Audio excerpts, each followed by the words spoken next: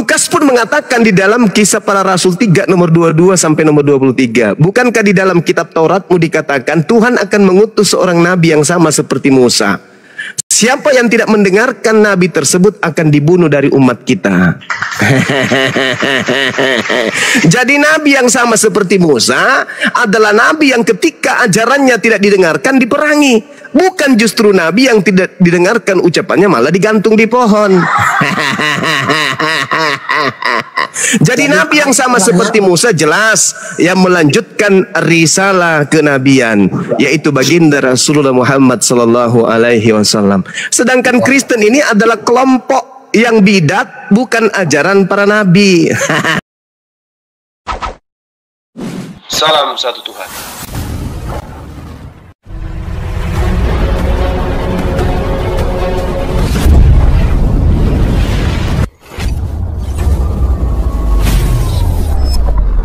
Pengantar ini singkat, para sahabat. Dukung semua ya sahabat-sahabat kita, channel Densa News Muslim. Di like, di subscribe, di share sebanyak mungkin. Untuk supaya mencegah sahabat-sahabat kita di luar sana tidak terpengaruh terhadap pemurtadan. Semoga Allah memberikan selalu sikap istiqamah. Salam satu Tuhan, Allahu Akbar. Atas muka bumi ini, itu nabi mana? Ada yang salah, jangan kita ikut semua lah. Nah, kalau tidak salah berarti harus terjadi, karena di situ tertulis harus terjadi, akan terjadi. Barang siapa yang tidak mendengarkan nabi itu akan dibasmi. Bagaimana cara pembasmiannya? Diperangi. Juma. Makanya sabar. Tadi kalian korek-korek sabar. Apa maksudnya? Sekarang saya tanya dulu. Kalian mengkorek-korek itu. Sekarang saya tanya dulu, ketika kekaisaran Romawi, ini nggak bisa diam kalau dia. Tapi korek. Al-Quran mengatakan kitabmu itu dituliskan dari hasil duga menduga. Yang dikatakan menduga, saya duga. Nah, itu ada keidentikan kebenaran di dalamnya, meski syarat dengan kesalahan. Itu yang Anda harus paham. Al-Quranul Karim surah Al-Baqarah ayat 78, Bible itu dituliskan berdasarkan dari duga menduga. Aku menduga. Aku menduga. Jadi kalau dugaan kadang benar, kadang salah. Kisah Para Rasul 3:22 sampai nomor 23, bukankah dalam kitab Tauratmu dikatakan bahwa Tuhan Elohim akan mengutus orang nabi yang sama seperti Nabi Musa, dan akan terjadi siapa yang tidak mendengarkan nabi tersebut akan dilenyapkan dari bangsa kita. Buktinya ada kita dilenyapkan, tidak kan? Mari, pertanyaan Anda sangat bagus. Pertanyaan Anda sangat bagus. Pertanyaan Anda sangat bagus. Dengarkan. Ketika Anda bertanya, saatnya Anda silent, dengarkan jawaban saya. Halo, dengarkan. Dengarkan saya, Bang. Ketika Anda bertanya, bangsa Yahudi, Bani Israel, dalam hal ini Yerusalem, dalam hal ini Palestina, dalam hal ini adalah tempat kelahiran Yesus. Sejak kemudian keluar dari tanah pembuangan, ya, masuk kemudian mereka ke tanah Kanaan, mereka di bawah jajahan Imperium Romawi. Masa Yesus dijajah, kaumnya dijajah, masanya dijajah. Yahudi pada masa itu dibawa tekanan oleh siapa? Oleh Roma. Abad pertama dijajah, abad kedua dijajah, abad ketiga dijajah, abad keempat dijajah, abad kelima dijajah, abad keenam dijajah, abad ketujuh Yerusalem bersih dari penjajahan. Siapa yang membersihkan? Siapa yang mengusir kekaisaran Romawi dari tanah Yerusalem, dari tanah Israel? Siapa? Umatnya baginda Rasulullah Muhammad sallallahu alaihi wasallam.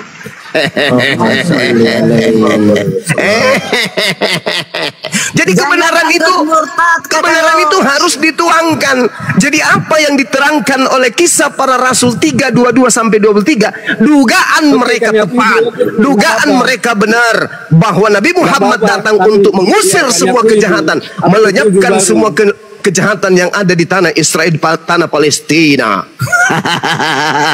Subhanallah, maha benar Allah dengan segala firman-Nya. Silakan. Masalahnya Abang Juma, kami tidak kenal, tidak ada tulis di Alkitab Nabi Muhammad. Kami cinta betul, cinta. Masalahnya kami macam kami pengikut ini tidak ada tulisannya Nabi Muhammad di kitab kami. Kalau seandainya ada bang, saya mualaf bang. Saudaraku, bisa kamu tampilkan kitabnya Nabi Musa hari ini di hadapan saya, maka saya akan tunjukkan nama nabiku di dalamnya. Saudaraku, bisa kau tunjukkan Injil kerajaan Allah yang Yesus ajarkan di tengah-tengah Bani Israel sampai usia 33 tahun, maka aku akan tunjukkan Nabi Muhammad namanya ada tertulis di situ. Sayangnya kitab Torah dan kitab Injil milik Nabi Musa dan Nabi Isa atau Yesus itu sudah tak ada lagi di atas muka bumi ini. Yang ada hanya karangan Lukas, karangan Markus, karangan Matius, karangan Paulus, karangan Petrus. Sementara mereka semua bukanlah Injil yang diterima Yesus, yang diterima Nabi Isa dari langit. Itu adalah karangan wartawan yang tidak diketahui siapapun penulisnya. Jadi kalau Anda berkata mana Nabi Muhammad di dalamnya, ya tidak mungkin ada. Kalaupun ada pasti kalian hapus. Kalau Anda bertanya seperti itu, tunjukkan Injil Maria, tunjukkan Injil Barnabas, tunjukkan Injil Filipus, tunjukkan Injil Andreas, tunjukkan semua Injil-Injil itu. Barulah Anda bisa berkata, tak ada Nabi Muhammad di dalam kitab suci kami. Karena kitab Anda yang 4 ini dan 13 surat Paulus ini adalah pesanan dari agama Katolik Romawi. Bagaimana mungkin nama Nabi Muhammad di sana? Tapi karena mereka membuat makar, wa makaru wa makarallah, maka Allah membalas tipu daya mereka dengan apa? Dengan menitip indikasi kuatnya datangnya Nabi Muhammad di dalam catatan-catatan Bible yang Anda punya. Subhanallah. Contoh kasus Kisah Para Rasul 3:22-23. Siapa nabi yang datang membawa hukum di mana ketika hukum itu ditegakkan maka semua kekufuran akan disingkirkan, dilenyapkan. Ayo. Ayo. Ayo. Nusantara dijajah oleh penjajah kafir. Begitu syariat Nabi yang sama seperti Musa ditegakkan di Nusantara, Allahu Akbar, penjajah disingkirkan. Pembunuhan dihapuskan di atas muka bumi, khususnya di Indonesia. Penjudian, perbudakan dihapuskan kemudian, kejarodi dihapuskan kemudian, pembunuhan dihapuskan kemudian, kembali kepada asalnya. Belanda terusir. Siapa yang menegakkan itu? Kalimat tauhid la ilaha illallah Muhammadar Rasulullah. Siapa yang membawanya? Kaumnya Nabi yang sama seperti Nabi Musa alaihi salam. Takbir. Allahu Akbar. Itu fakta, Bung. Itu fakta. Memang pedis. Tapi mau kayak mana lagi? Itu fakta. Itu fakta. Kita nggak bisa mengukir sesuatu di atas fakta yang benar dengan sesuatu kecurangan. Nggak bisa. Kecuali satu. Imani saja. Percayai saja. Sederhana. Itu sederhana. Silakan. Teruslah bicaranya Bang Juma. Dulu aku mau nyapa ini Bang silakan, Juma. silakan, Ohan. silakan. Bang Ohan. Selamat Bang siang. Juma bilang ke NTT Bang Juma, saya siap ayam sudah. Wih, bentar dulu Dominik. Selamat siang. Siang. Kristen ya, Bang? Siang, Bang. Saya Katolik. Oh iya, silakan. Oh iya, orang saya, silakan Bang. Bang Juma ini menjadi orang yang terkenal ya di media sosial ya.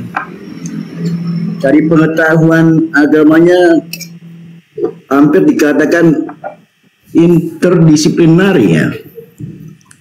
Agama Kristen, agama Islam, mungkin agama-agama lain pun juga diketahuinya ya. Saya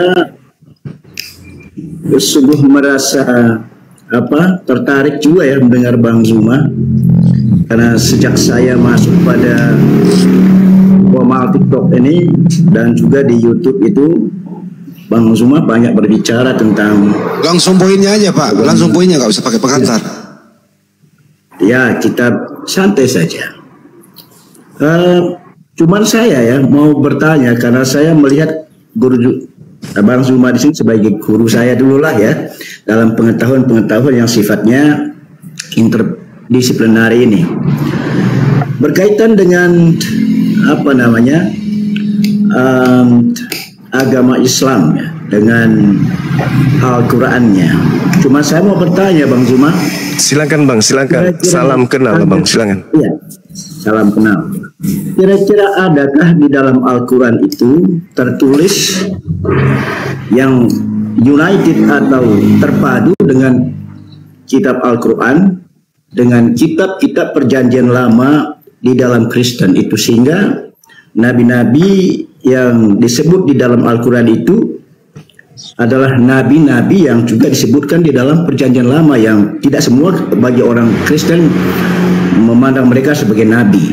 Ada yang bukan, tetapi tokoh-tokoh itu di dalam Muslim disebut sebagai nabi dan dipandang sebagai Islam.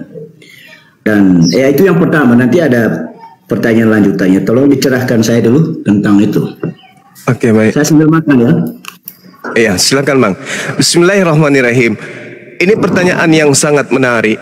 Allah kemudian mengawali pengajarannya terkait dengan para nabi. Dalam hal ini ada Nabi Abraham atau Ibrahim dalam Islam kepada baginda Rasulullah Muhammad SAW.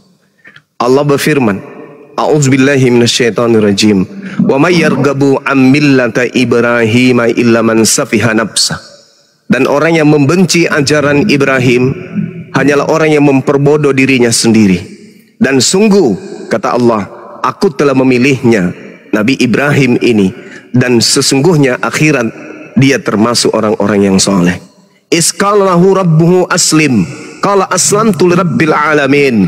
Ingatlah ketika Tuhan semesta alam berfirman kepada Ibrahim, wahai Ibrahim, berserah dirilah engkau kepada perintah-perintahku. Ibrahim pun menjawab, aslamtu lirabbil alamin. Aku berserah diri kepada perintah, aturan, ketetapan, ketentuan Tuhan seluruh alam semesta. Wa wassa biha Ibrahim banihi wa Yaqub, ya baniya innallaha astafa lakumuddin fala tamutunna illa wa antum muslimun. Dan Ibrahim kemudian selanjutnya mewasiatkan ajaran, mewasiatkan konsep, mewasiatkan akidah kepada anak-anaknya. Demikian juga Nabi Yakub sama mewasiatkan dan mengucapkan tuntunan akidah yang sama dengan Nabi Ibrahim. Apa itu? Wahai anak-anakku, sesungguhnya Allah telah memilih jalan ini untukmu, maka janganlah kamu mati kecuali dalam keadaan muslim. Jangan mati kecuali dalam keadaan berserah diri kepada setiap perintah yang datang kepadamu. Wa antum muslimun. Am kuntum syuhada'a is hadara Yaqubal maut is qala li banihi ma ta'buduna min ba'di qalu na'budu ilahaka ilaha abaika Ibrahim wa Ismail wa Ishaqa ilaha wahida. Apakah kamu menjadi saksi pada masa Nabi Yakub akan menjemput maut kematiannya, ketika Nabi Yakub berkata kepada anak-anaknya, wahai anak-anakku, apa yang kalian sembah kelak sepeninggalku? Anak-anak Yakub pun menjawab, kami semuanya akan menyembah Tuhanmu wahai ayahku, Tuhan nenek moyangmu, yaitu Nabi Ibrahim, Nabi Ismail, Nabi Ishak, yaitu Tuhan semesta alam yang Maha Esa, dan kami hanya berserah diri kepada Tuhan yang Maha Esa tersebut. Ini cerminan ketika Islam diajarkan kemudian pola ini, umat Islam nggak perlu lagi mikir-mikir. Karena kenapa? Kami bertolak ukur kepada ajaran pencipta alam semesta yang dinusulkan kepada nabi-nabi terdahulu. Apa itu? La ilaha illallah. Tidak ada Tuhan di bumi ini. Tidak ada Tuhan selain yang Dia yang ada di arsy, yang bertahta di atas singgasananya. Dialah Allah yang maha suci lagi maha tinggi. Inilah yang dikatakan oleh Nabi Ibrahim. Inilah yang dikatakan oleh Nabi Yakub. Jadi kurang apa lagi coba? Makanya kalau umat Islam itu beribadah, Allahu Akbar, Allah Maha Besar, maka yang Maha Besar itu merasa terpanggil oleh hambanya. Seketika yang Maha Besar itu akan mengatakan, hambaku sedang memujiku. Tapi kalau yang lain sedang memanggil Tuhan-Tuhan yang lain, ada yang memanggil anak orang, ada yang memanggil sapi, ada yang memanggil pohon, ada yang memanggil api, Tuhan tersenyum.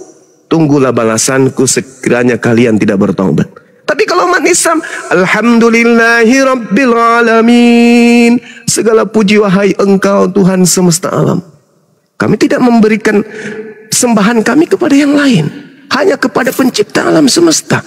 Maka pencipta alam semesta maha melihat, pencipta alam semesta maha mendengar, pencipta alam semesta maha menyaksikan hati kami ketika kami beribadah kepadanya.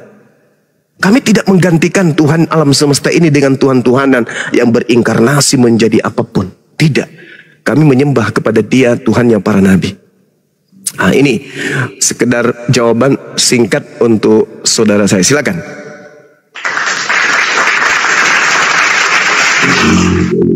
Tetapi pernyataan-pernyataan Nabi yang Anda sebutkan tadi itu, Bang Zuma, itu hanya jawaban terhadap seruan Allah itu ya. Jadi boleh dikatakan mereka mengimani begitu ya. Tetapi yang saya maksudkan di sini, apakah ada silsilah dari atau perjalanan atau kisah hidup dari para nabi itu di dalam Al-Quran? Apakah kitab-kitab itu menyatu dengan buku Al-Quran atau tidak, Bang Suma? Oke, baik. Al-Quranul Karim menceritakan, a'udzubillahi minasyaitonirrajim, walaqad arsalna rusulan min qablika minhum man qasasna 'alaika wa minhum man lam taqsus 'alaik. Dan sungguh aku telah mengutus beberapa rasul sebelum engkau, wahai Nabi Muhammad. Di antaranya mereka ada yang aku ceritakan kepadamu, dan di antaranya ada pula yang tidak aku ceritakan kepadamu. Lalu Allah mengatakan, wa ma kana li rasulin ayatiya bi ayati illa bi iznillah. Tidak ada seorang utusan pun membawa suatu mukjizat illa bi iznillah. Bi ayatin tanda-tanda kebesaran, illa bi iznillah, kecuali dengan izin Allah. Maka apabila telah datang perintah dari Allah untuk semua perkara diputuskan dengan adil, dan ketika itu rugilah orang-orang yang berpegang teguh kepada kebatilan. Jadi Al-Quran itu tidak kemudian menceritakan semua kisah tentang nabi-nabi. Yang diceritakan itu adalah yang dibutuhkan oleh umat manusia dari zaman Nabi Muhammad sampai kiamat. Yang dibutuhkan itu panduan yang pokok-pokok saja. Tidak diceritakan seperti di Bible, suami pergi keluar rumah, tinggal istri ngajak laki-laki. Nggak ada pentingnya untuk kehidupan kemaslahatan umat berikutnya, nggak ada.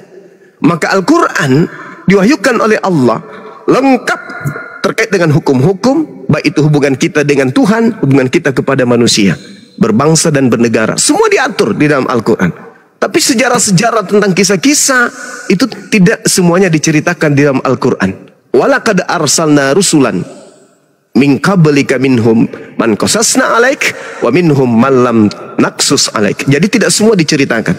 Yang diceritakan itu yang dibutuhkan oleh umat manusia. Seperti itu, Bang. Nah, sedikit lagi terkait dengan apa yang terjadi kepada umatnya nabi-nabi sebelum Nabi Muhammad kemudian diutus. Allah Subhanahu wa ta'ala meneguhkan satu pengajaran ketika nabi-nabi ditolak, nabi-nabi ajarannya kemudian diputarbalikkan. Maka datanglah Nabi Muhammad. Apa seruannya?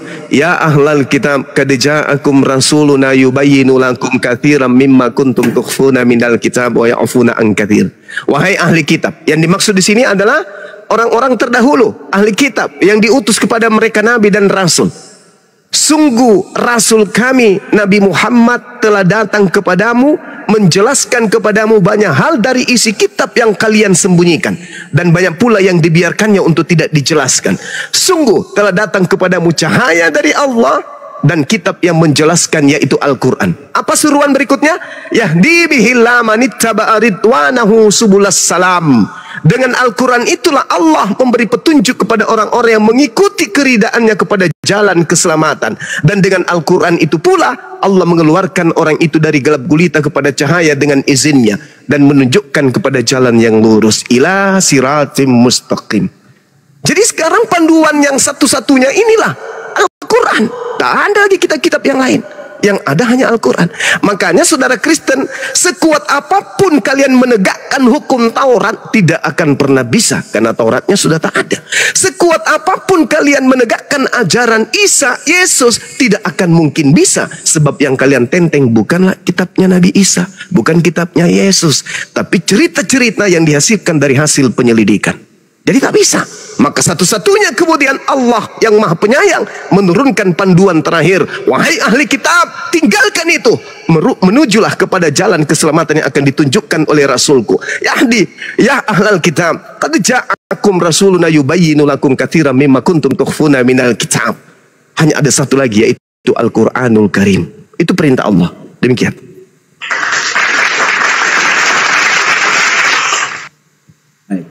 Berarti para nabi yang disebutkan tadi itu oleh Bang Zuma tidak memiliki pengalaman iman akan Allah ya. Jadi hanya Nabi Muhammad lah yang memiliki pengalaman iman secara langsung kepada Allah.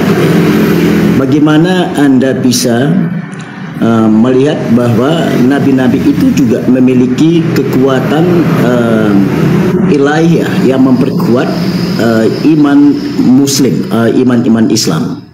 Coba Anda jelaskan itu. Jadi gini Bang, kalau tidak ada pengalaman, justru yang diceritakan oleh Al-Quran itu tentang bagaimana Nabi Abraham menerima perintah, tentang Nabi Musa bagaimana menerima perintah. Contoh, tidak ada kisahnya di Al-Quran kan? Dikisahkan sesuai dengan pokok-pokok akidah, tauhid. Tidak dikisahkan hal-hal yang bersifat cerita, tapi diceritakan hal-hal yang bersifat tauhid aja. Contoh di dalam Al-Quranul Karim surah Al-Araf ayat 144. Qala ya Musa inni stafaituka 'alan nasi birisalati wa bikalami. Allah berfirman kepada Nabi Musa, wahai Musa, sesungguhnya aku memilih melebihkan engkau dari manusia yang lain pada masamu untuk membawa risalahku dan membawa aturan-aturanku. Sebab itu, wahai Musa, berpegang teguhlah kepada apa yang aku berikan kepadamu, dan hendaklah engkau termasuk orang-orang yang bersyukur. Perintah berlanjut. Wa katabna lahu fil alwah min kulli syai' mau'idatan wa tafsila li kulli syai' fahuzha biquwwah. Dan telah kami tuliskan untuk Musa pada Torah segala sesuatu sebagai pelajaran dan penjelasan untuk segala hal. Maka kami berfirman kepada Nabi Musa, berpegang teguhlah kepadanya dan suruhlah kaummu, suruhlah Bani Israel umatmu berpegang teguh kepada Taurat aku dengan sebaik-baiknya. Aku akan memperlihatkan kepadamu negeri orang-orang yang fasik. Jadi kaidah itu ada dalam Al-Quran. Begitu juga kepada Nabi Abraham ada kaidah tauhid itu. Hanya menyembah kepada Allah, menyembah kepada Allah, menyembah kepada Allah. Tidak ada kemudian yang lain. Begitu juga kepada Nabi Isa alaihissalam. Ya Bani Israel, ini Rasulullahi ilaikum. Wahai Bani Israel, aku diutus oleh Allah sungguh sebagai Rasul untuk kalian semua. Jadi yang diterangkan dalam Al-Quran, yang diterangkan kemudian tentang kenabian, kami beriman kepada mereka para nabi ini. Bahwa ketika kami mengatakan kami beriman kepada Nabi Isa, kami beriman kepada Nabi Musa, bukan berarti menjatuhkan kodrat kami sebagai pengikutnya. Tidak, kami hanya beriman bahwa beliau-beliau ini adalah nabi untuk kaumnya masing-masing. Tapi sayangnya kaumnya tegar tengkuk. Kaumnya kemudian memplesetkan ajarannya. Dan ending dari pelesetan ajarannya itu lahirlah agama Kristen. Mohon maaf nih. Mohon maaf. Saya boleh mengatakan agama Kristen ini adalah wujud dari penyelewengan ajaran para nabi. Dan Islam datang untuk menyelamatkan agama Kristen agar tidak mati dalam kekufuran. Demikian Bang.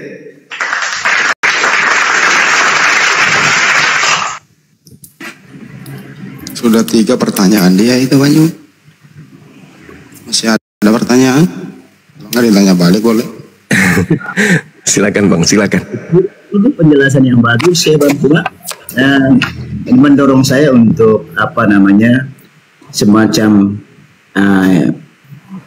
ada impulsif ya, dorongan Aruni untuk bertanya lah kita untuk mengetahui. Jadi di sini tadi kan dialog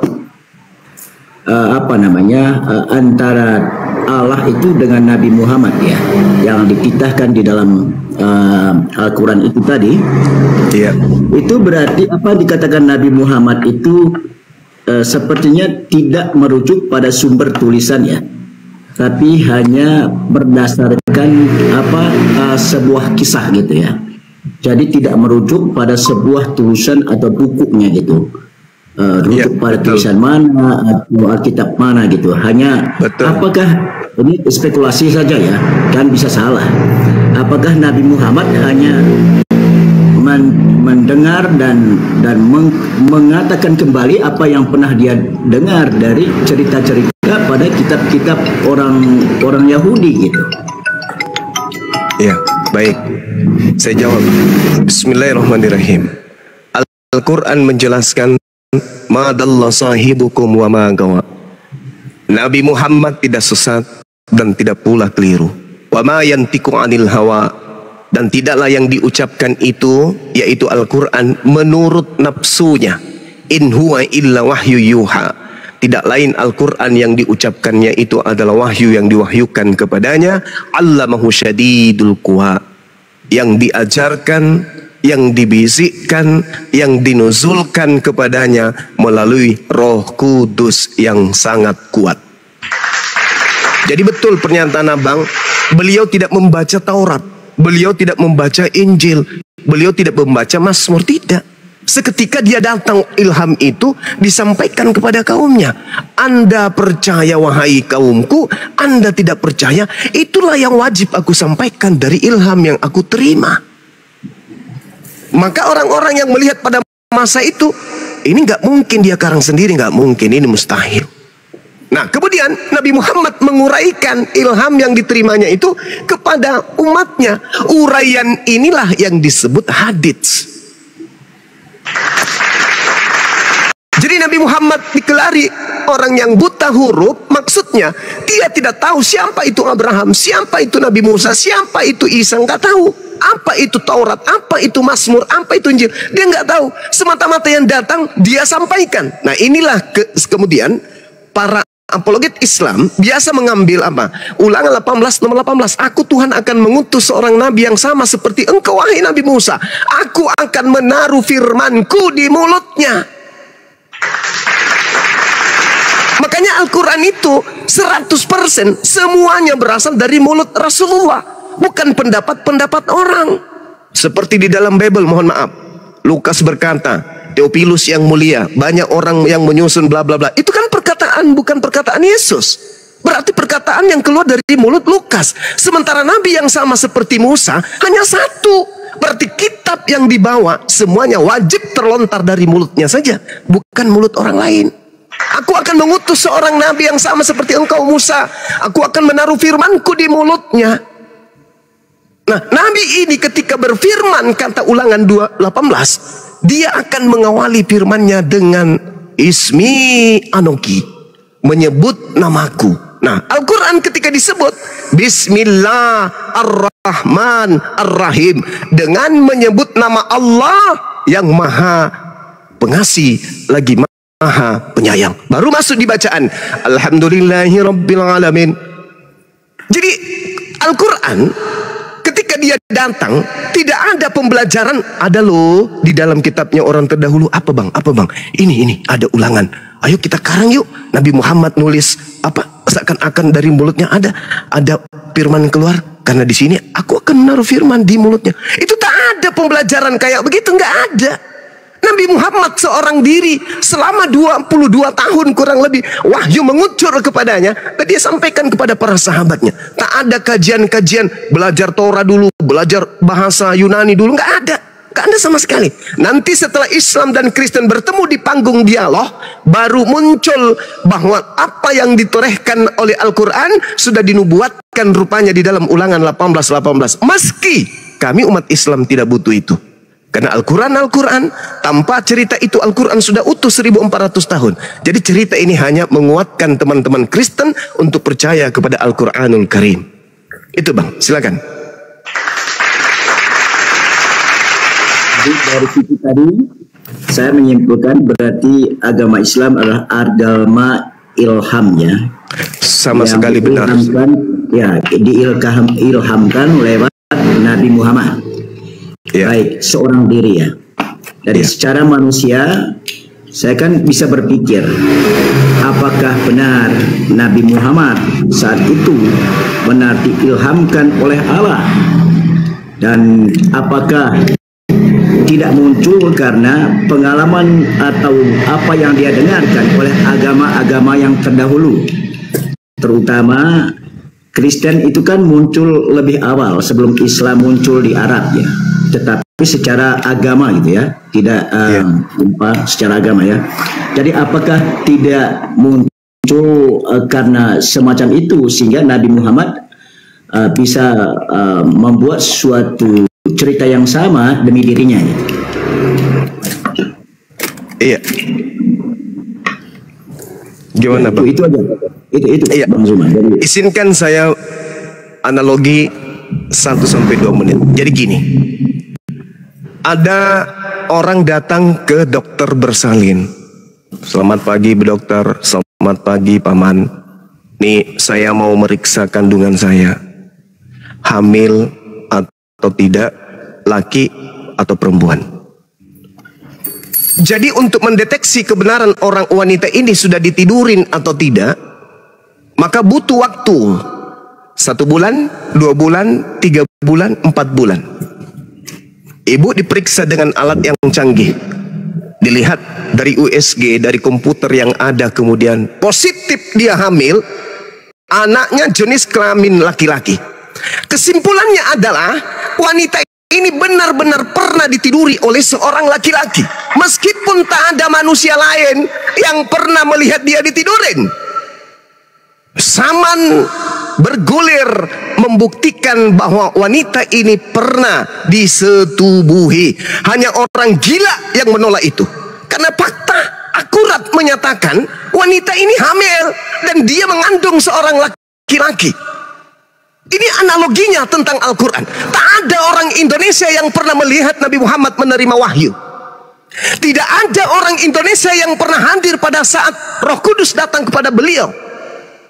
Tetapi dengan melihat Al-Quran yang ada hari ini, hanya orang yang mati akal yang tidak mau menerima Al-Quran sebagai wahyu dari langit, sebagai wahyu dari pencipta langit dan bumi. Akurat, alatnya ada, komputer bisa kita pakai, internet bisa kita pakai, akal kita bisa pakai, mata kita dibantu yang disebut kacamata untuk membaca, headset dipakai untuk kuping mendengar. Semua alat sudah disediakan oleh alam semesta untuk melihat titik benarnya Al-Quran sebagai wahyu dari langit. Apa perlu kita hadir? Apa perlu kita lahir di masa Nabi Muhammad menerima wahyu? Tidak. Apa perlu kita membuktikan wanita ini hamil? Harus kita putar kasus dan harus kita hadir di masa itu. Balikkan waktu, kita hadir, kita intip, kita lihat, oh memang dia digauli, posisinya begini, tempatnya di sini, waktunya seperti ini. Tidak perlu itu semua, karena alat sudah membuktikan wanita ini hamil. Maka orang berakal akan mengatakan, sungguh wanita ini telah ditiduri oleh suaminya. Subhanallah, sungguh Al-Quran itu wahyu dari Allah. Dengan cara apa? Tak perlu mundur ke 1400 tahun. Lihat aja Quran. Al-Quran disuarakan di toa-toa masjid. Lihat, dengarkan, baca, rasakan. Adakah Al-Quran menghina Yesus? Satu ayat pun tak ada. Adakah Al-Quran menghujat para nabi? Satu ayat pun tak ada. Adakah Al-Quran menggantikan Tuhannya para nabi menjadi Tuhan yang lain? Satu ayat pun tak ada. Adakah kemudian Al-Quran itu mengajarkan kemudian membenci orang-orang yang tidak membenci kepada kebenaran? Tak ada satu dalil pun. Al-Quran datang mensucikan Abraham, mensucikan Nabi Musa, mensucikan Isa alaihissalam, mensucikan Yesus. Maka kalau dipandang dari skala kacamata umum, setiap umat Islam yang tampil berdebat pasti poinnya adalah membela Yesus yang dihujani hujatan oleh orang-orang Kristen itu sendiri. Ketika kami berjuang, Yesus manusia suci kawan, Yesus manusia yang benar, Yesus membawa jalan menuju kepada Allah. Kenapa dia harus mati terkutuk?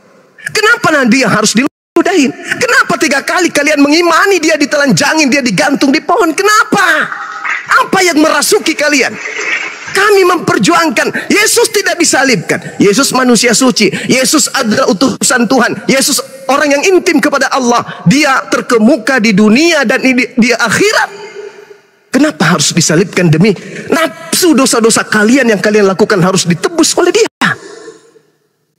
Inilah Islam datang untuk meluruskan kemudian konsep yang disalah-salahkan dari konsep para nabi, termasuk konsepnya Yesus. Contoh nih, contoh.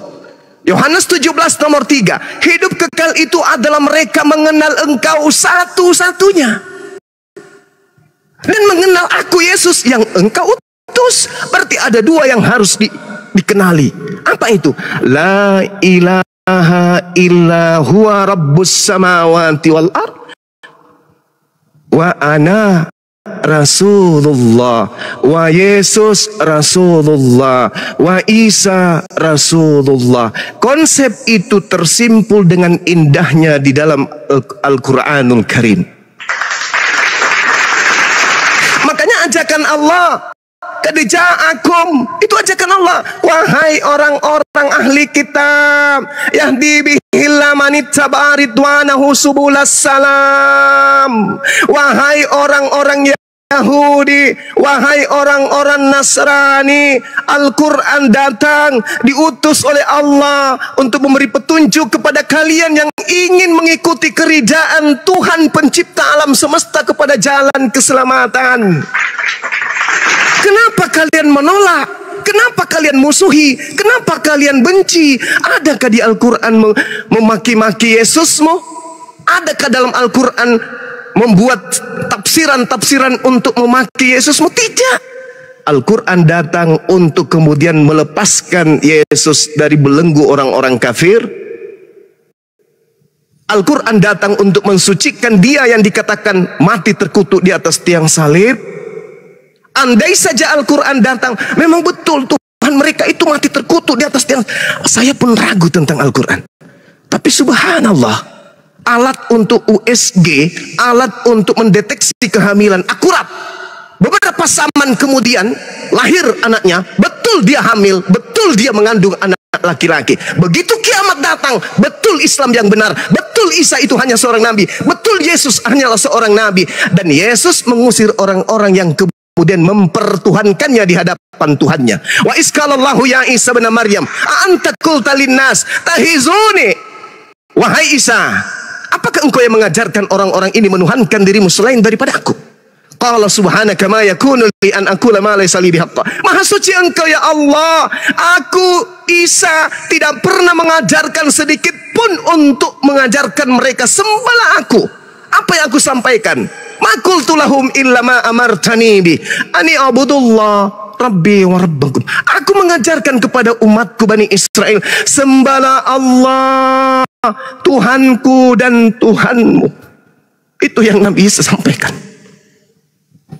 Tidak pernah Nabi Isa mengajarkan sembahlah aku inkarnasi Tuhan.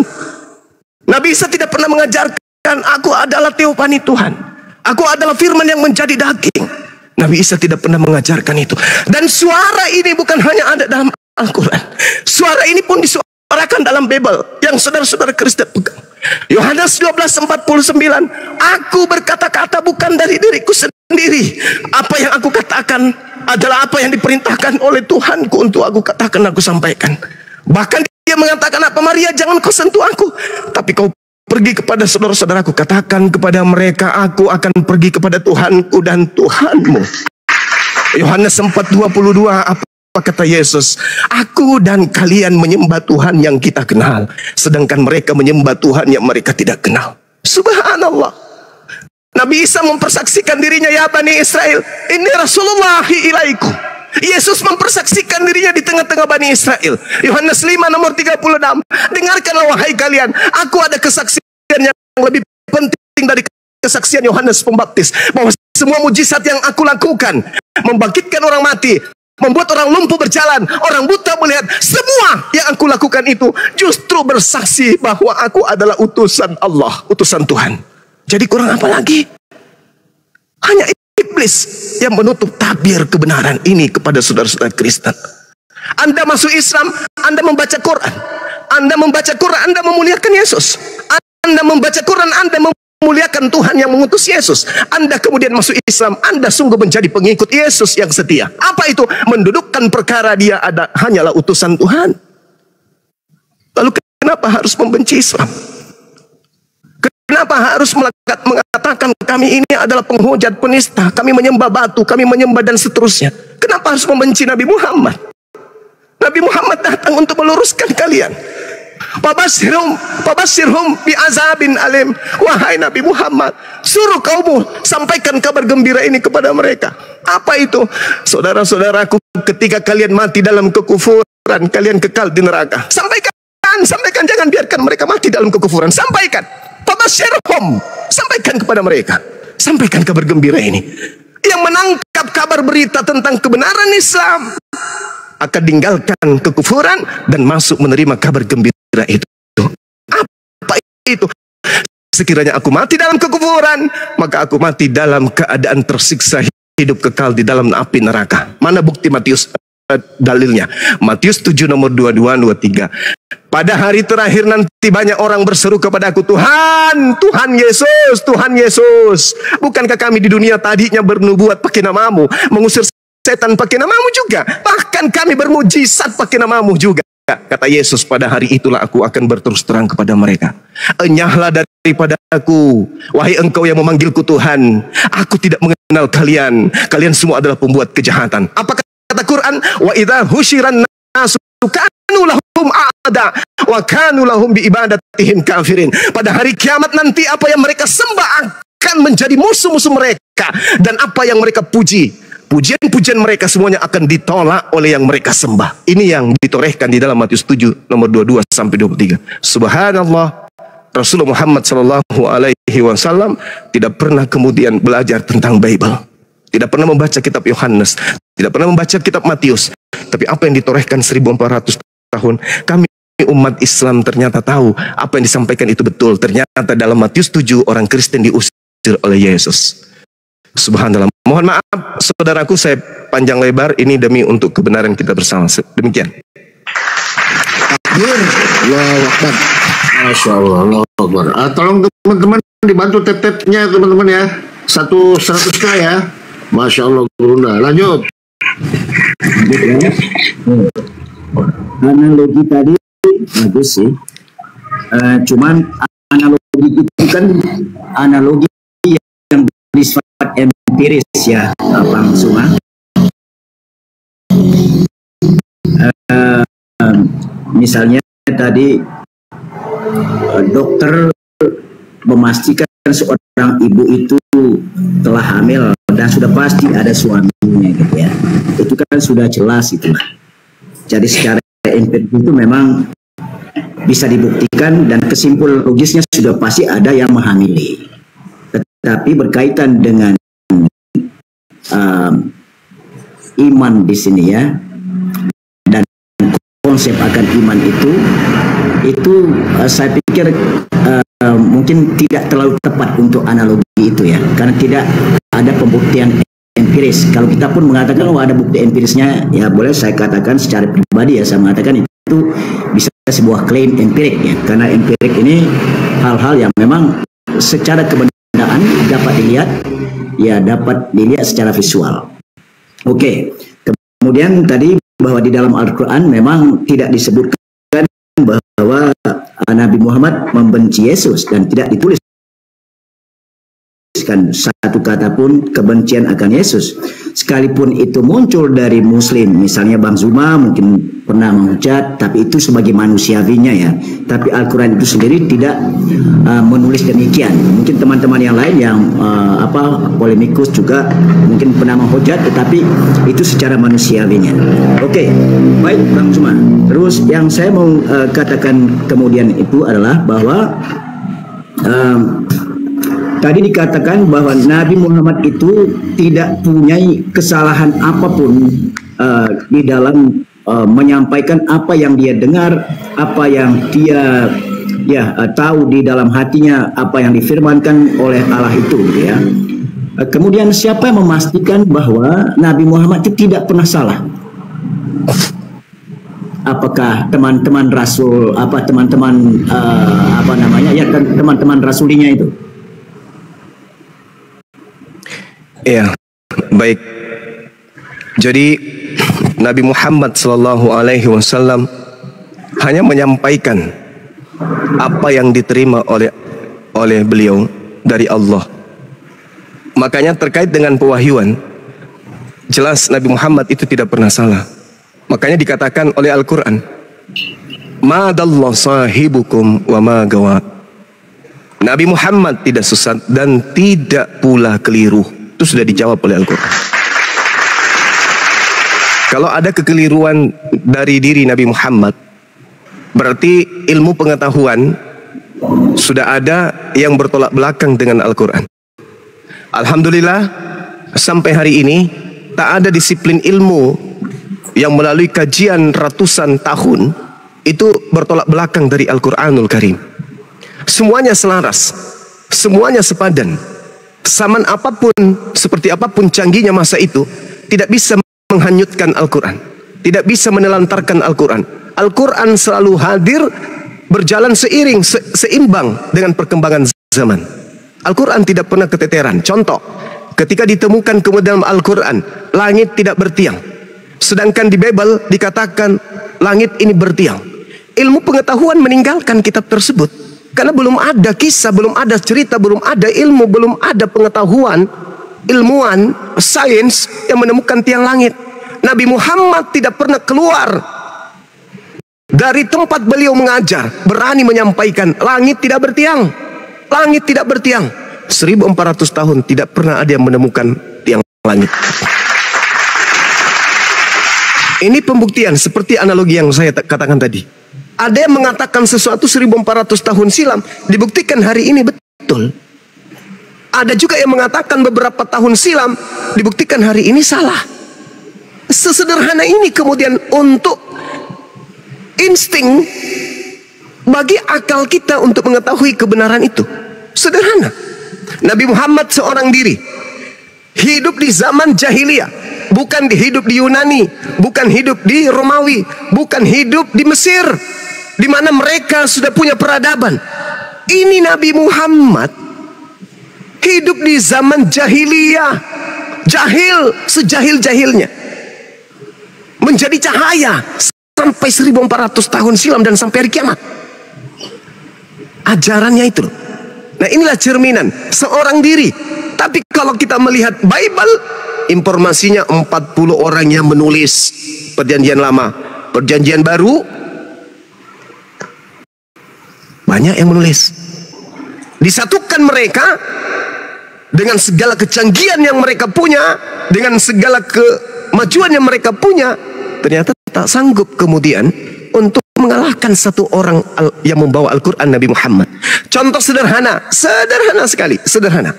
Di Indonesia ini, saudara-saudara kita Kristen, kita tahu bahwa mereka bertumpuh pada dasar fondasi iman mereka, kepercayaan mereka itu di Roma.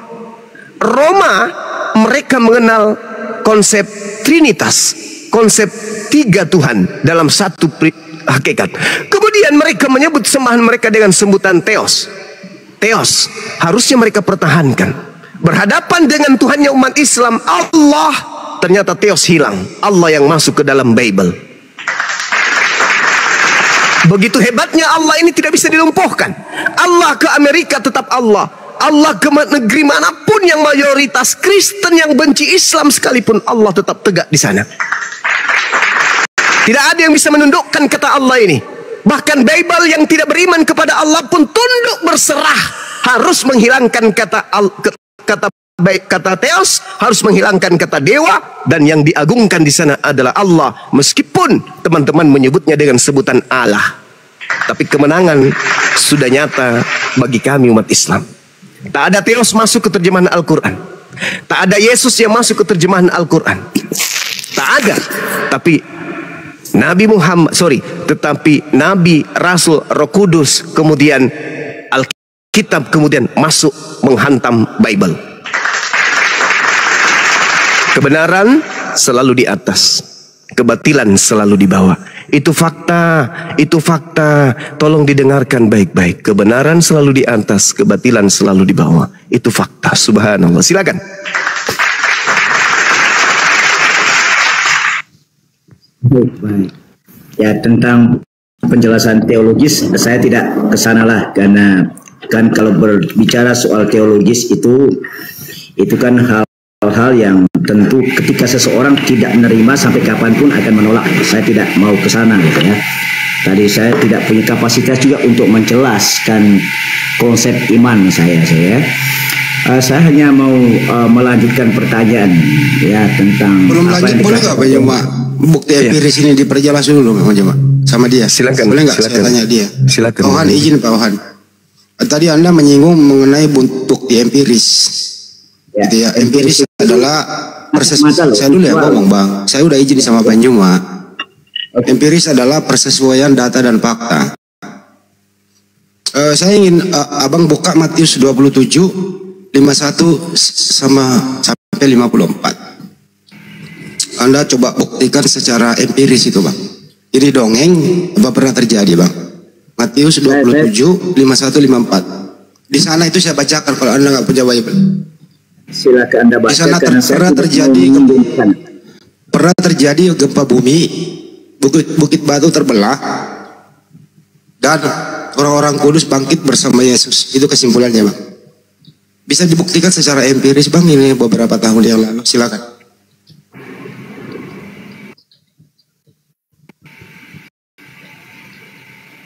Saya kayaknya tidak memperdebatkan soal bukti empiris. Ya. Artinya tadi kan analogi, itu substansi yang saya omong sama Bang Zuma tadi. Kalaupun seandainya dibawa kepada hal yang bersifat alkitabiah ya, saya tidak merujuk pada data itu sesungguhnya. Tapi sebetulnya bicara data dalam ilmu riset itu kan sesuatu proses yang dikumpulkan. Sehingga saya selalu gimana kok orang bisa menyebut data soal Alkitab itu, padahal itu adalah rujukan atau reference dalam bahasa Inggrisnya. Kalau data itu kan proses yang dikumpulkan dahulu lalu diolah gitu. Tapi istilah ini menjadi populer di dunia sosial TikTok ataupun apa. Bang, saya potong, Bang. Hargailah saya bertanya, Bang. Empiris itu persesuaian data dan fakta. Kalau Al-Quran udah jelas, empirisnya sesuai data dan fakta. Penemu sains itu sesuai dengan Al-Quran. Saya baca di Bible Anda itu di Matius 51 54. Anda bacalah. Kalau nggak bisa jawab, bilang aja saya nggak menguasai. Apakah bisa? Udah ada. Dengerin dulu, Bang. Saya ngomong kok. Apakah ada bukti penelitian bahwa memang pernah terjadi gempa bumi, kuburan-kuburan pada terbuka, orang-orang kudus pada bangkit, termasuk Yesus bangkit, Bang? Ini inti iman Anda sebagai Kristen. Apa benar Yesus pernah dikubur dan bangkit? Bukti empirisnya mana? Abang yang bawa data ini, silakan. Baik. Kalau kita Kristen itu kan selalu tidak melulu pada bukti empiris, karena itu soal pengalaman iman ya. Dan apa yang ditulis dalam Alkitab itu sejauh yang saya tahu, karena bukan seorang teolog saja ya, sejauh apa yang saya itu memang tulisan-tulisan itu berdasarkan tulisan-tulisan seperti papirus ataupun kisah-kisah bukti-bukti prasasti masa lalu gitu kan. Karena Alkitab itu yang saya atau Alkitab itu sejauh yang saya tahu adalah itu tidak hanya berbicara soal Allah, tetapi juga soal fakta sejarah di dalamnya. Ya, berkaitan dengan apa yang dikisahkan dalam Matius itu saya tidak tahu hal itu. Tahu dari itu yang bilang tidak tahu. Cukup bang, Anda tidak tahu ya cukup. Saya nggak mau membiarkan Anda menderita menjawab kalau tidak tahu. Kembali silakan aja bertanya lagi, monggo.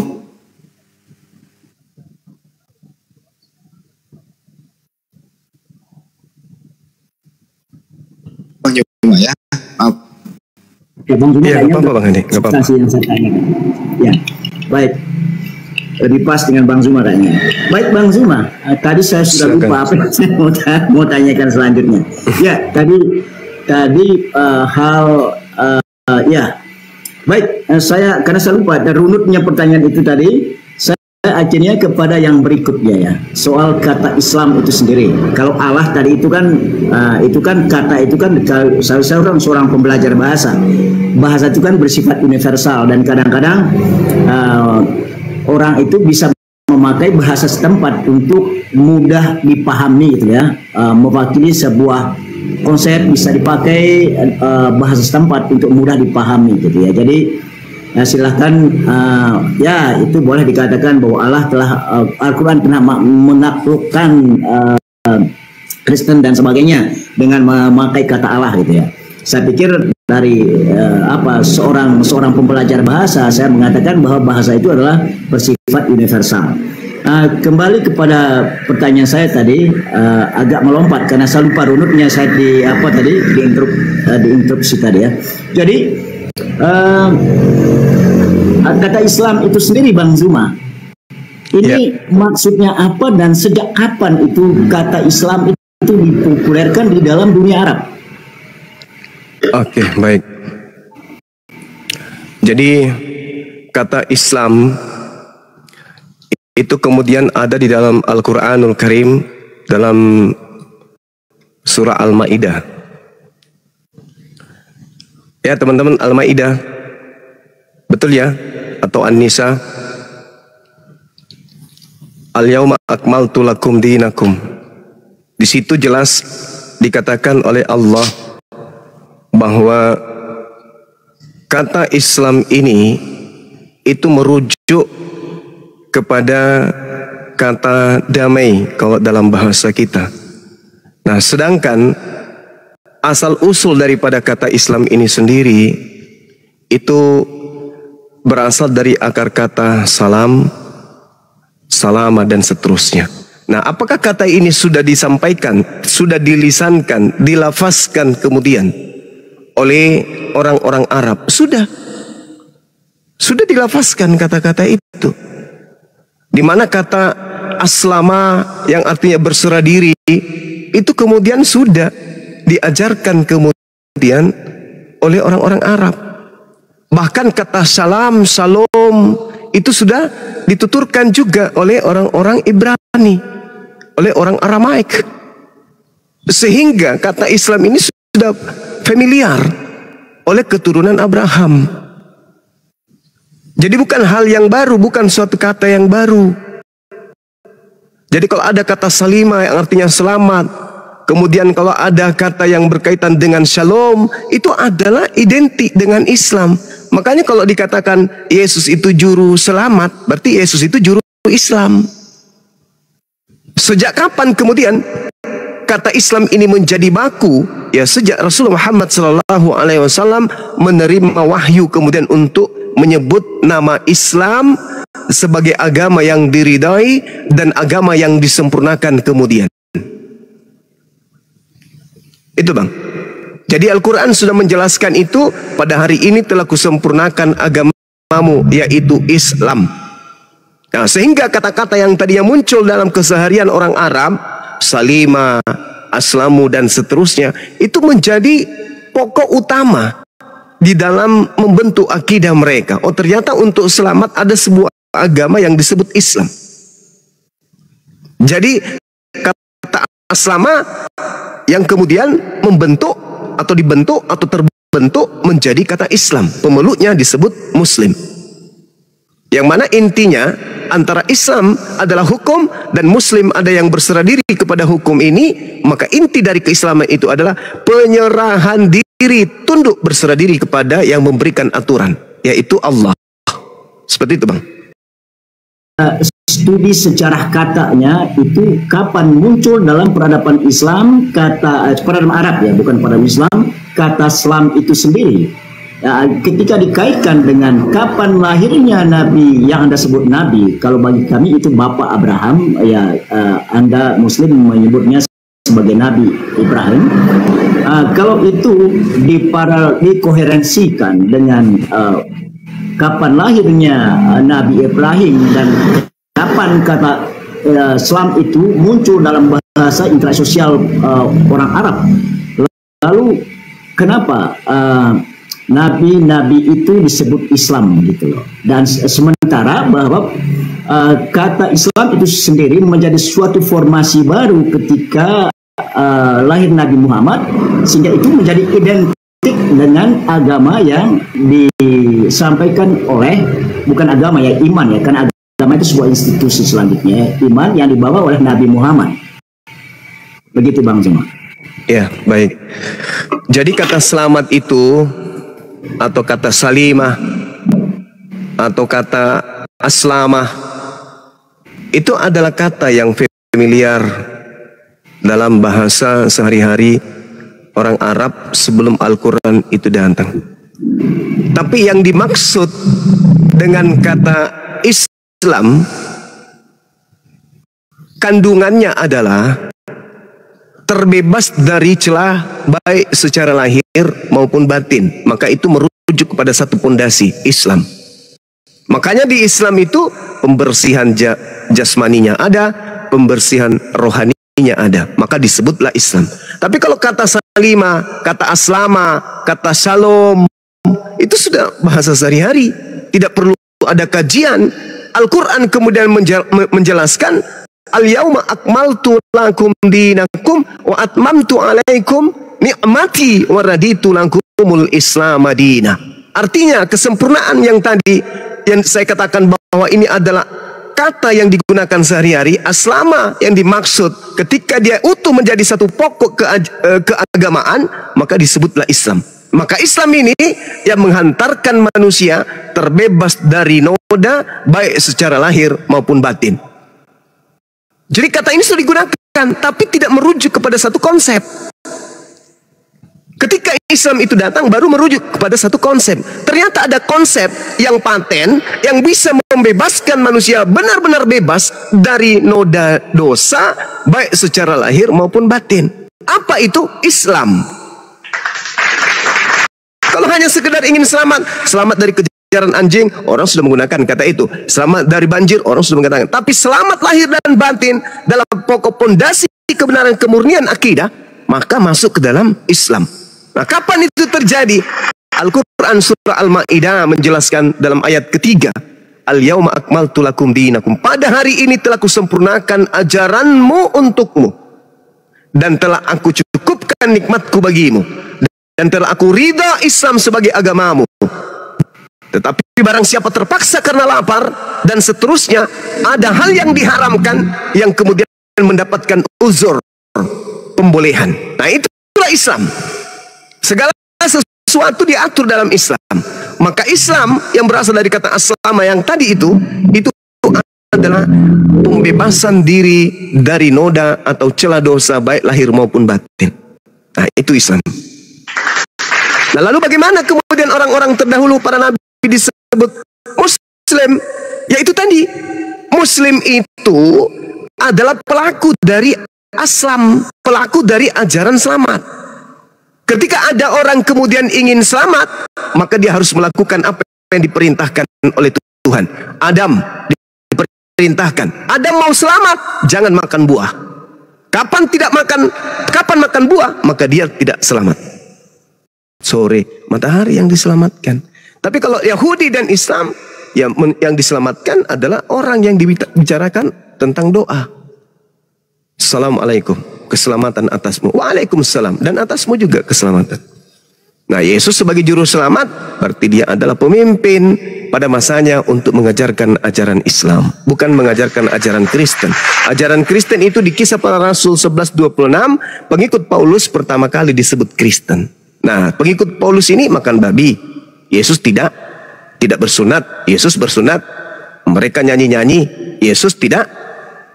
Semua yang dilakukan kemudian oleh juru selamat tidak dilakukan kemudian oleh, mohon maaf nih, orang Kristen. Yesus sujud, Kristen enggak. Yesus syahadat, Kristen tidak. Jadi ajaran selamat, Yesus juru selamat, Yesus juru salam, Yesus juru Islam. Tak ada Kristen di situ. Tapi ini berat.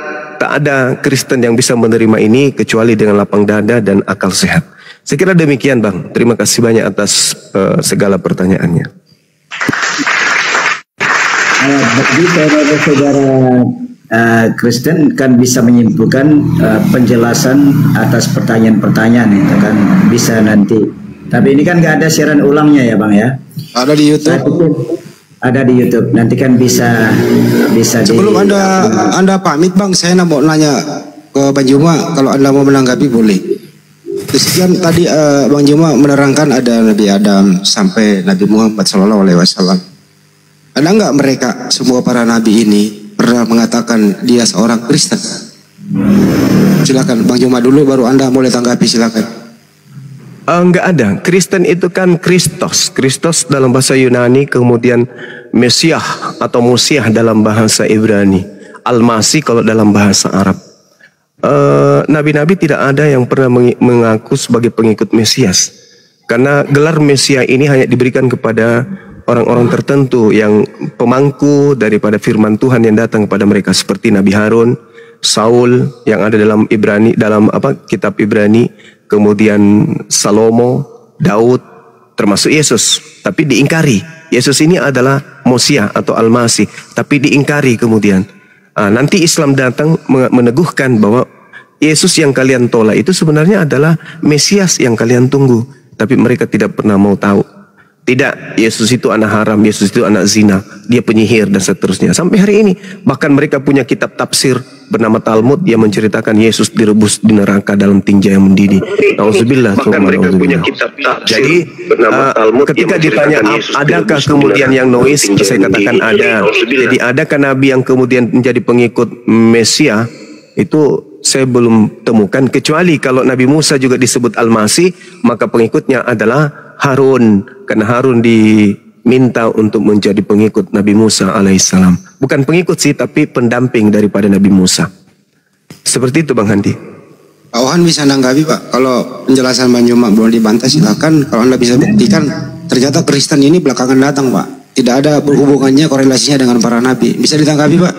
Baik, secara artikulasi kata tersebut tidak disebutkan di dalam kitab, ya. Tapi yang jelas ada silsilahnya kenapa itu menjadi Kristen.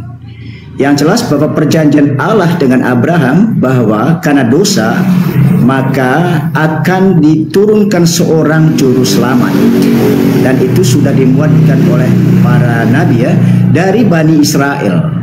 Yakni Yesus Kristus itulah. Jadi seorang yang dilahirkan itu, yang kemudian diberi nama Yesus Kristus itu. Saya nggak membahas Yesus Pak Wahan. Apakah ada? Pak saya potong Pak. Saya potong Pak. Apakah ada para nabi yang beragama Kristen? Kalau merujuk pada agama ini kan sekarang kok kita menyebut agama ya kan. Tapi soal kata Kristen tadi yang Anda tanyakan, kenapa, dari mana gitu? Itu jelas tadi, karena sudah ada Kristus itu, maka pengikut Kristus itulah Kristen. Gitu loh. Paham di situ ya? Enggak paham Pak. Pertanyaan saya adalah Nabi Adam sampai Nabi Musa, apakah dia Kristen? Jadi begini. Kalau kita mengatakan apakah secara agama mereka Kristen? Ya, kalau dari konsep ajaran tentu ya bagi kami orang Kristen melihat mereka sebagai Kristiani, artinya orang di dalam Kristus. Oke, gitu ya. Di dalam Kristus cara hidupnya dan dari ekspresi dirinya, baik itu kata-katanya, tindakannya, jadi ekspresi di hidup atau aktualisasi dari mereka itu di dalam Kristus itu. Gitu artinya seturut apa kasih Bang Juma dulu tanggapi, ini seru ini topik. Baik, saya persilakan ke Bang Juma ya. Bang Juma ini memaksakan dimengkristenkan semua para nabi. Bang Juma tanggapan. Jadi gini, terima kasih. Yang digelari Kristus itu sebenarnya bukan hanya Yesus. Kores Kristus, Daud Kristus, Saul Kristus, Harun Kristus, Elisa Kristus, Salomo Kristus. Jadi Kristus ini artinya Mesias. Mesias ini adalah orang yang diurapi. Apakah hanya Yesus yang diurapi? Tidak. Kores diurapi, Daud diurapi, Harun diurapi, Salomo juga diurapi. Cuman begitu Bible masuk ke Indonesia, yang harusnya Daud Kristus itu dirubah menjadi Daud yang diurapi. Padahal urapan atau Mesias itu terjadi pada Daud. Tapi di Indonesia hanya Yesus yang disebut Kristus. Sementara Daud itu sebenarnya juga adalah Kristus. Tapi dihilangkan titel-titel Kristus para nabi Bani Israel ini demi untuk menggaungkan satu tokoh saja, yaitu Yesus Kristus. Padahal Elisa juga Kristus, Harun juga Kristus, dan saya bisa paparkan bukti-bukti itu.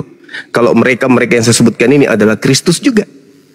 Nah, tapi itu tadi, karena dia menganggap hanya Yesus yang Tuhan, maka hanya Yesus yang digelari Kristus. Padahal kalau Kristus sama dengan Tuhan, maka Salomo, Elisa, Harun, Saul semua juga adalah Tuhan, karena mereka juga digelari Mesias. Dalilnya lengkap. Kemudian ketika ada ungkapan bahwa hidup secara Kristiani itu adalah orang-orang terdahulu sebelum Kristen, itu adalah satu pembodohan yang nyata. Hidup secara Kristiani itu artinya apa? Hidup dengan pola barat. Apa itu hidup dengan pola Katolik? Apa itu menjadikan Tuhannya Yahudi menjadi manusia Yesus dan hidup di dalam ketenangan? Saya izin turun dulu ya, karena saya mau, ya silakan Anda ya berbicara bebas. Saya karena jelas konsep iman kita beda ya. Ya jadi ujungnya tidak akan habis-habis lah. Tetap akan terjadi polemik sepanjang zaman pun akan begitu kalau kita berangkat dari sisi yang berbeda. Jadi silakan Anda berbicara. Saya turun dulu ya. Terima kasih banyak. Nanti pada kesempatan lain kita bertemu, kita bertukar pikir lagi ya, kita berdiskusi lagi ya. Baik, selamat siang. Siang.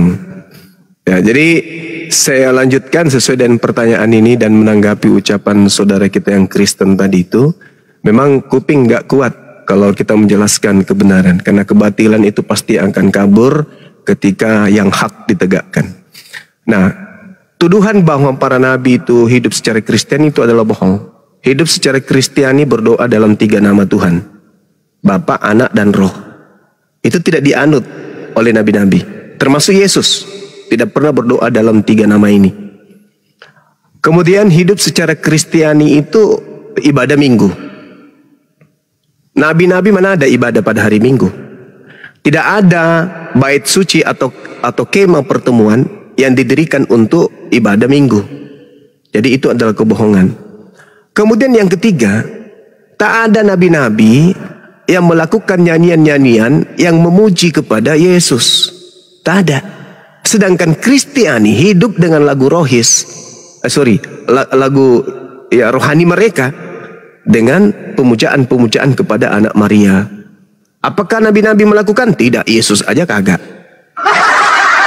Jadi kalau ada kemudian nabi seorang Kristen mengatakan para nabi hidup secara Kristiani, itu adalah kebohongan. Kristiani adalah orang Kristen, pengikut Paulus, bukan pengikut Yesus. Yang disebut pengikut Yesus adalah mereka yang menganut Taurat, hidup secara Taurat. Syariatnya syariat Taurat, hukum-hukum hidupnya secara agama adalah Taurat. Sementara Kristen bukan. Jadi jangan mau dibodohin dengan orang yang cuma ngomong tanpa ilmu, yang mengatakan nabi itu hidup secara Kristiani. Enggak. Hidup secara Kristiani itu hanyalah orang Kristen aja. Tidak ada nabi-nabi hidup secara Kristiani. Tapi kalau dikatakan apakah mereka hidup secara Muslim? Yes. Ada dalilnya? Ya. Dalil mana itu? Nabi Musa di dalam Bible taat kepada Tuhan. Abraham taat kepada Tuhan. Semuanya taat kepada Tuhan. Dan tak ada di Bible Nabi diceritakan memuji-muji Yesus. Itu tak ada. Sedangkan kalau kita berbicara mengenai Al-Quran, itu tadi yang saya katakan, bahwasanya Nabi Ibrahim mewasiatkan kemudian beriman kepada Allah, dan itu diajarkan kepada keturunannya. Am kuntum syuhada'a iz hadara Ya'qubal maut iz qala li banihi ma ta'buduna min ba'di qalu na'budu ilahaka wa ilaha abaika Ibrahim wa Ismail wa Ishaqa ilaha wahida wa nahnu lahu muslimun. Muslim. Ibrani 5 nomor 7, Yesus anak soleh. Anak soleh, bukan anak Kristiani.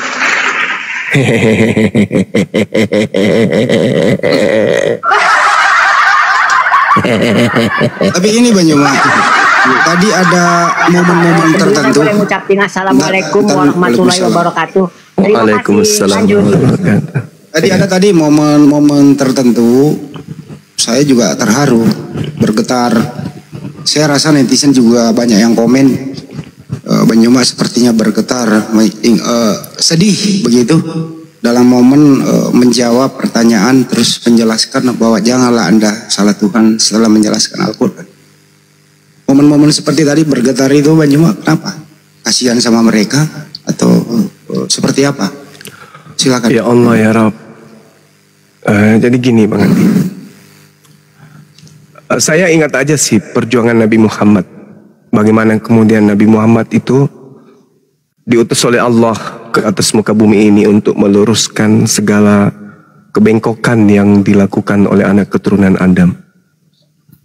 Segala hukum dia tegakkan kemudian untuk keselamatan. Makanya Nabi Muhammad menjelang kematiannya, dia tidak teriak memanggil anaknya, istrinya, orang tuanya, enggak.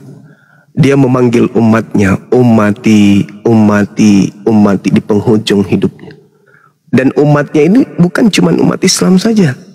Umatnya ini adalah seluruh manusia yang hidup pada zamannya dan sampai hari kiamat. Semua adalah umat Nabi Muhammad. Cuman Nabi Muhammad ini memiliki umat yang paling banyak, dan yang paling banyak membangkang juga adalah umatnya. Ketika Nabi Muhammad datang kemudian menorehkan warisan berupa Al-Quran, kita berupaya mengikuti metode dakwah beliau, menyampaikan apa yang datang kepada beliau. Di tengah-tengah kita justru hadir siang malam, kita kita berdialog, berdebat dengan orang-orang yang penuh dengan pembangkangan. Pembangkangan, hatinya tegar tengkuk, tidak pernah menggunakan akal. Mereka hanya modal percaya saja, yakin saja, tanpa ada kemudian keinginan untuk membuka diri belajar. Nah, ini yang membuat saya sedih. Luar biasanya Allah mengutus Nabi Muhammad SAW kemudian untuk mengajarkan Al-Quran yang begitu sudah nyata kebenarannya. Mengajarkan bagaimana Al-Quran ini membimbing manusia menuju kepada keridhaan Tuhan alam semesta. Tapi mereka membangkang, mereka menghina, mereka menghujat. Tanpa ilmu mereka mengkaji Islam, menghujat Islam, mentafsirkan Islam. Tanpa ilmu mereka menghina Allah, menghina Rasulullah, menghina Al-Quran. Ini yang membuat saya sedih. Saya terharu Allah menundukkan saya salah satu orang yang mungkin menganggap diri saya ini adalah bagian daripada orang yang menyuarakan dari Al-Quran. Meskipun saya hanya mengambil bagian kecil, meskipun saya akui saya bukan orang baik-baik, saya juga adalah pendosa, saya juga adalah manusia yang tidak lepas dari kehilapan. Tapi paling tidak, dibandingkan mereka yang ada di luar sana, ya saya menginfakkan usia saya untuk menyuarakan kebenaran Al-Quran ini kepada saudara-saudara kita Kristen yang kita kasihi. Meskipun tantangannya adalah hujatan, hinaan, fitnahan, bahkan orang yang sudah mati pun jadi serangan. Ya, dan ya selalu diancam akan dilaporkan bla bla dan seterusnya. Sementara yang kita tegakkan ini adalah penghargaan setinggi-tingginya kepada yang mereka sebut Yesus.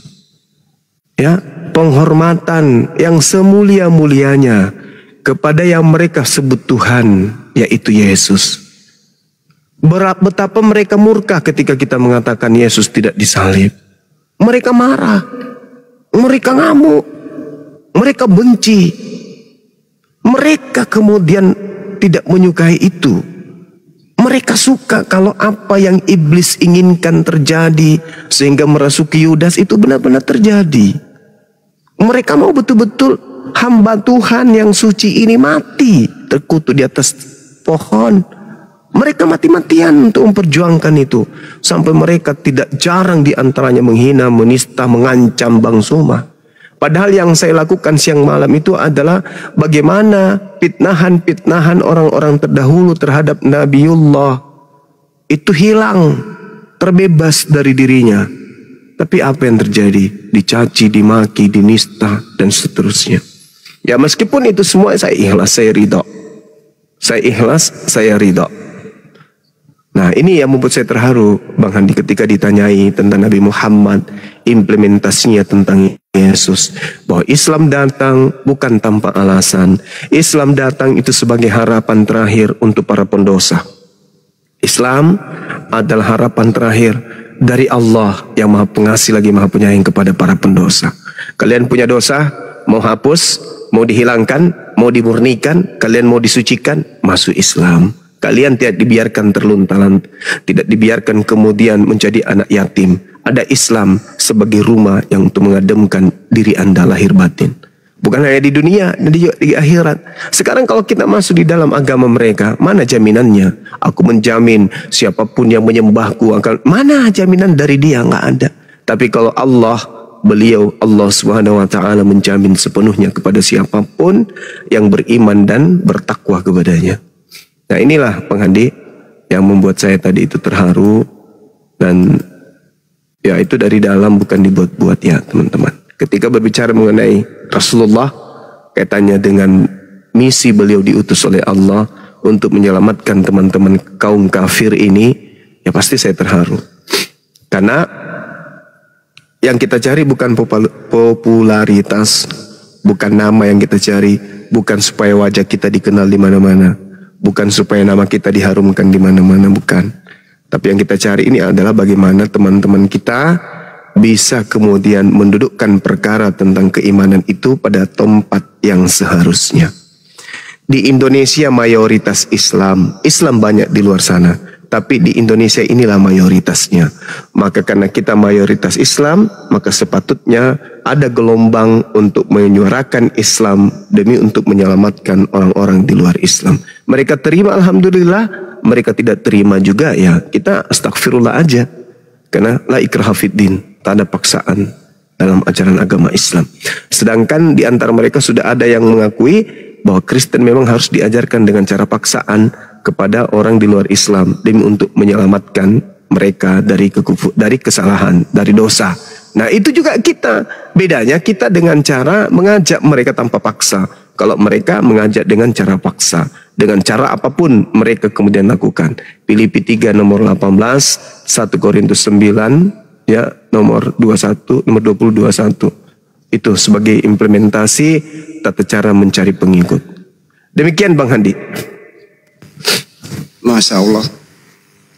Tapi selama ini penyemah hanya meneruskannya umat menyampaikan kepada mereka. Tapi di balik ini semua, alhamdulillah ada yang terima. Tapi lebih banyak selama ini penyemah kembali dihujat. Ada nggak sih perasaan, saya mau berhenti demi keluarga, sampai ke keluarga, sampai ke rumah, disamperin, bahkan melakukan tindakan anarkis di rumah begitu. Ada nggak sih rasa, mau berhenti capek gitu, ada nggak seperti itu Bang Jum? Sebenarnya gini Bang Handi, kalau dibilang berhenti itu sesuatu yang mustahil. Cuman yang terjadi adalah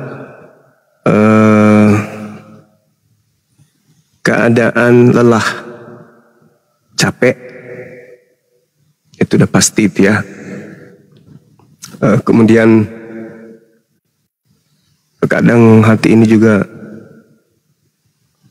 gelisah dengan keadaan, baik itu secara internal maupun eksternal. Nah seperti misalnya adanya ajakan diskusi dari RK, mau diskusi di tempat dia. Kemudian saya katakan kita di tempat yang netral. Lalu dia katakan di Filipina. Saya berpikir, kenapa saya harus takut menerima tantangan beliau? Ya sudah, saya aja yang datang ke Kupang, kan gitu ya. Demi untuk kebenaran. Buktikan bahwa perjuangan ini bukan karena di luar mau memberikan sesuatu yang menjadi cerminan amar ma'ruf, maka saya terima tantangan itu. Ini hari kedua Bang Handi. Saya kasih kesempatan 3 kali 24 jam untuk menjawab kemudian tantangan beliau yang saya iakan. Saya katakan saya akan datang. Tapi supaya negara kita tidak kacau, karena pasti kacau kalau ada apa-apa dengan saya, utamanya dari keluarga saya dulu. Karena Bang Suma ini keluarga besar. Bang Suma ini bukan bukan kemudian keluarga kecil, enggak. Bang Suma ini keluarga besar. Saya punya keluarga itu keluarga besar dan tersebar di Indonesia ini. Nah, kemudian kalau ada apa-apa dengan saya di sana yang tidak diinginkan, pasti akan terjadi sesuatu yang kita tidak inginkan. Sedangkan saya harus masuk ke markasnya. Saya katakan jangankan di Filipina, saya datang di teras rumahmu, kalau perlu saya masuk dalam rumahmu diskusi. Tapi jamin saya, karena ini negara hukum, jamin saya keamanan. Jadi murni diskusi, bukan mau cari keributan. Orang nikah aja harus ada izin keramaian kan, apalagi ini diskusi tentang keyakinan. Kita tidak inginkan adanya bentrok, tidak mau membuat negara kita ini tidak aman. Justru debat ini bangun supaya orang-orang itu melihat, oh ternyata Islam itu begini, Kristen itu begini. Maka semuanya berjalan tanpa ada dusta, tanpa ada benci satu sama lain, tetapi saling menerima keadaan.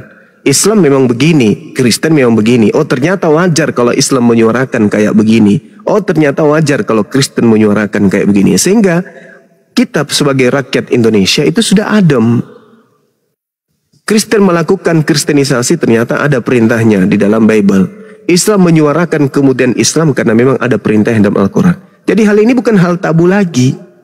Cuman tata caranya yang harus dibetulin. Jangan offside. Jangan demi untuk memurtadkan orang mengambil istilah Quran. Contoh Islam. Menginginkan kalian selamat tanpa harus mengambil istilah dari Bible. Islam menjadi Islam, mengajarkan Islam dengan Islam itu sendiri, dengan Al-Quran itu sendiri. Nah ini yang harus yang terjadi. Nah sehingga saya katakan ya udah, kalau kamu memang mau kita diskusi tentang kata Allah, saya datang. Tapi jangan sampai lewat tahun ini, karena pasti awal tahun saya sibuk. Sebelum akhir tahun, tolong dijawab 3 kali 24 jam, ya atau tidak. Saya datang, tapi jaminan keamanan. Itu aja, bukan karena oh ternyata kamu takut. Bukan takut. Bang Suma bukan cuma satu Bang Suma. Bang Suma itu akan hadir ribuan bahkan jutaan Bang Suma yang lain. Yang saya pikirkan ini keluarga saya. Apakah mereka ridha kalau saya datang ke sana kemudian saya teraniaya? Ayo. Ya kalau saya mati nggak apa-apa. Tapi kalau saya masih hidup saya bisa kemudian mengajak yang lain untuk melakukan pembalasan. Nah ini yang kita tidak inginkan, bukan? Maka jamin saya keamanan, demi Allah saya akan datang. Saya akan datang ke kampung Anda, apakah di Kupang atau di mana kampung Anda saya datang. Tapi dengan catatan, kita diskusi ilmiah. Bukan mau ribut, bukan mau bertengkar. Kita pertontonkan untuk rakyat Indonesia. Kata Allah itu sebenarnya milik siapa? Saya mewakili tim saya, Anda mewakili mungkin agama Anda. Nah kita lihat di situ. Hadirkan lai juga kalau perlu. Hadirkan lai. Supaya dia tahu ternyata kebohongan selama ini sudah terungkap, sudah diketahui oleh umat Islam. Kan selama ini mereka berpikir bahwa umat Islam tidak akan angkat bicara. Selama Islam tidak angkat bicara di Indonesia ini, maka kita pakai-pakai aja dulu. Nanti kalau sudah mereka angkat bicara, baru kita tarik, berpikir bagaimana kata Allah ini kita ganti apa. Gitu.